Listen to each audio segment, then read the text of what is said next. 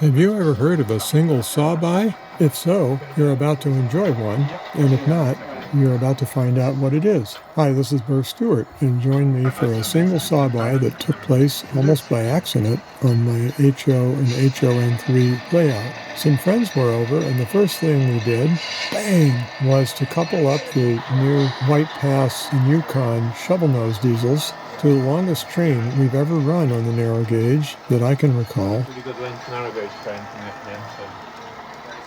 I think it's 12 cars on a caboose, and these narrow gauge diesels had no trouble pulling it up the various grades on this narrow gauge line here in the middle of the peninsula on my HO scale on a railroad.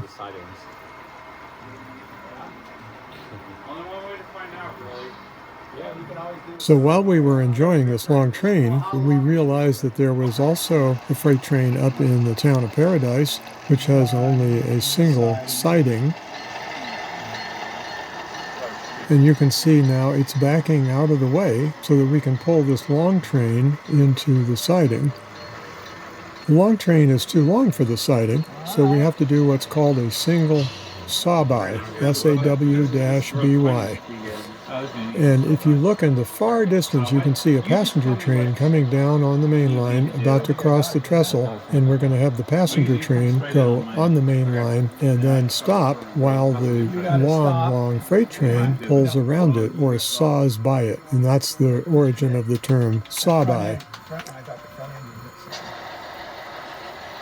It's a single saw-by because the passing train, the passenger train, is short enough to fit in the siding. And of course, if it was too long for the siding, you'd have to do something called a double saw-by, where you would break up one or both trains and then shift the different cars around. And it's so complicated, I'm not going to get into it here.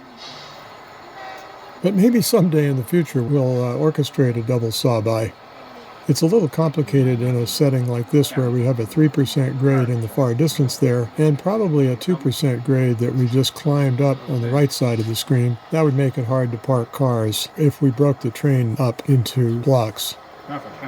Anyway, I digress. I'm just trying to talk about the single saw-by here.